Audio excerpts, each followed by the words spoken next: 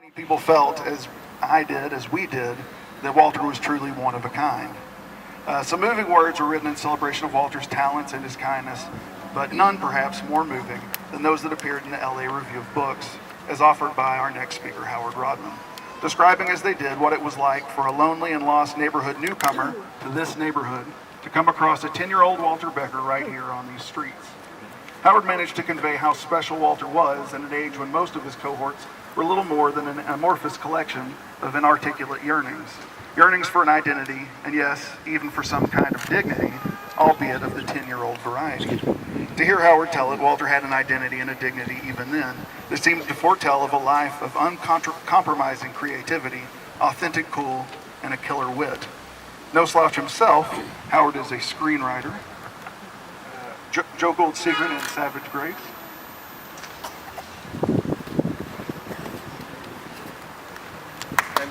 I've got more.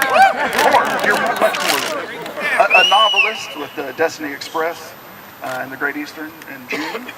Past president of the Writers Guild of America West. Is that correct? Yeah. Professor at the School of Cinematic Arts at USC. And we're very grateful that you crossed the country, crossed the continent to be with us here today and to share your thoughts about a boy and a man, a boy who roamed these streets, grown into a man who, with the greatest warmth and appreciation, we honor and celebrate today. Please join me in welcoming Howard Rodman. Thank you, man. Thank you, man. Very generous introduction. I like the guy you described a lot better than the one who stares back at me when I shave. So, Louder! Louder! Can you hear me now? Yeah. Better? In his legendary essay, Paris, Capital of the 19th Century, the German Jewish philosopher Walter Benjamin talked about the ways that Paris, with its boulevards, its arcades, its poets, was truly the capital of the 19th century. But an equally compelling argument can be made that Forest Hills, the community that spreads out from the corner where we are now, was indeed the capital of the 20th century. Think about how many of its musical and cultural strains that define the second half of that century had their origins right here. Paul Simon grew up at 137-62 70th Road. Jeffrey Hyman, later Joey Ramone, was at 102-10 66th Road. John Cummings, Tommy Urdelli, Doug Colvin, later Johnny, Tommy, and Dee Dee Ramone, came up a street or two away. It's very hard to think of Bridge Over Troubled Waters and Beat on the Brat with a baseball bat as coming from the same planet, but they came from within blocks of each other and blocks of here. The Ramones and Paul Simon were not Forest Hill's only odd pairings. Think of Leslie West and Pia Zadora, Donna Karen and Thelma Ritter, Wilhelm Reich and Anthony Weiner. But in weighing the contributions of this piece of outer borough soil to our country and to the larger world, we invariably and inevitably find ourselves speaking of Walter Becker, who, when I first knew him at age 10, lived right there. Like many of the friends and comrades with us this morning, we went to PS 196. Whose anthem I can still sing, and please join me. PS 196, we raise our voices high. I wish Walter were here to sing the rest. Though in theory, we were all equal and there were no tracks. Everyone knew that 5.5 and 6.2 were the IGC classes.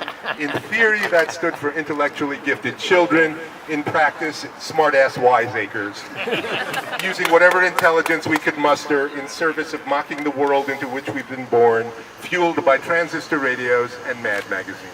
Hey. But even then, when we were just kids in Miss Bishop's class or Miss Cathy's class, Walter's lead was the one we followed. In Jules Verne's Journey to the Center of the Earth, as deep as they go, cavern after cavern, they again and again come across a scroll or sign of Arn Saknussemm, the 16th century Icelandic magician who'd always gotten there first. Walter was our Saknussemm. There was something older about him and most certainly wiser. He had his aesthetic down cold and was as extravagant as letting the rest of us know what to listen to, what to read, what to watch. He gave me my first Borges, my first Nabokov, my first Burroughs. He told me what movies to see. He tossed music my way. I remember now in particular Albert Eiler's Spiritual Unity, which when I first heard it sounded like animal honks. And I was unreceptive, and he said, "You're going to like it in a year or so, so why not save yourself some time and start now?" That was Walter. While the rest of us were clumsily fashioning our personas, as Matt said, the rest of Walters seemed to have already been there. We would drink Romalar, bought over there, and watch reruns of the $1 Million Movie in his apartment right up there. On another night, Walter and my mother got so stoned that we listened to a record skip for half an hour until we realized it wasn't intentional. That was an evening I had entirely forgotten about until Walter chose to recount it at a Steely Dan concert during a vamp of A19 at the Greek Theater in my hometown, where I live in Los Angeles, in front of 6,000 people, in detail, and with my mother's name carefully pronounced. When I came home, my 15-year-old son had a Cheshire Cat grin on his face and said, "Hey, Dad, is there anything you want to talk to me about?" But back to vintage Forest Hills. We had our pea coats, our McCready and Schreiber boots. We'd walk like this. We'd take the E-train to the village on Friday nights to hang out at the Cafe Ogogo. I see a few people here who will know exactly what I mean. We were tragically hip bridge and tunnel teeny boppers. As Boona Boylan, one of Walter's very early collaborators, would put it, E-train to Forest Hills. E-train, so easy to find. E-train, home from the village. Let mother take care of your mind. But Walter didn't have a mom to come home to. Perhaps this accounts for why he was getting stoned with mine. Perhaps this accounts for why he was able to run so wild and so free, with no mother at home and a father so often away, and a grandmother whose threats terrified no one. Walter could do as he pleased.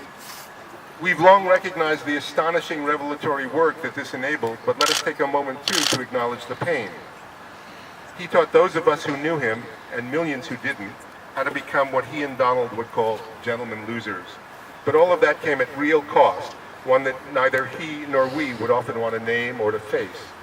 Which is why my favorite of Walter's song is from 11 Tracks of Whack, and it's called This Moody Bastard.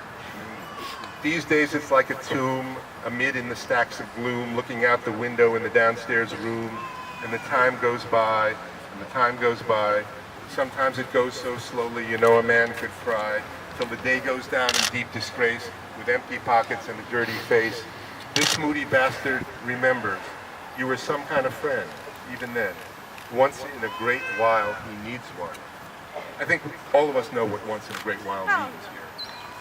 We're left with memories, to be sure, glorious memories, and we're left with the music, which is indelible, music which was never quite in sync with its time, and because of that will never grow old, nor will the world that he limbed, an unparalleled gallery of local losers, small-time hoods, dive bar cynics, rooming house romantics, would-be has-beens, autodidacts, isolatos, carnies, shills, junkies, dealers, conmen, fugitive, all of them on the road from the one thing they cannot change, who they are. We feel large and uneasy empathy for them, even as we know they're getting exactly what they deserve. We know them better than they know themselves, and Walter knew them best of all. This would be the place to mention the obvious, that if you're looking for a top 40 hit, you don't use as your hook, even Kathy Berberian knows there's one roulade she can't sing. Yet Walter and Donald did, anyway, and sold 40 million records, anyway. They did it not by reverse engineering what an audience might like, but by being deeply, obsessively, cannily true to themselves. The success of Steely Dan was because, not in spite of, its celebration of the marginal. With the passage of time, one learns to look past Walter's brilliance, past his astonishing way with words and with music, strike that moo major chord, past the sensibility he helped forge, past the obsessive dedication to getting it right, past all of this, to Walter's true generosity of spirit, reaching deep down inside himself, taking the joys and pains he found there, and making them our own. As Walter Benjamin put it, the flaneur stood at the margins of the great city. He sought his asylum in the crowd.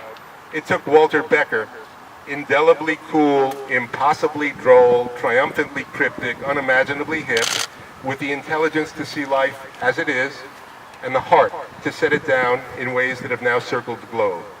It took Walter Becker to look out at this suburban landscape of post-war 6-story housing and recognizing it for what it was. Not a bedroom community, not a bridge or tunnel or an E-train away from Manhattan, but as something grand and glorious in and of itself.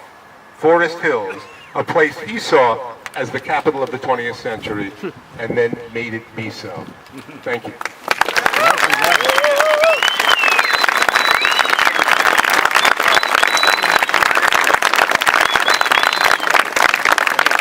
Cindy Marzella's graced us with her presence today.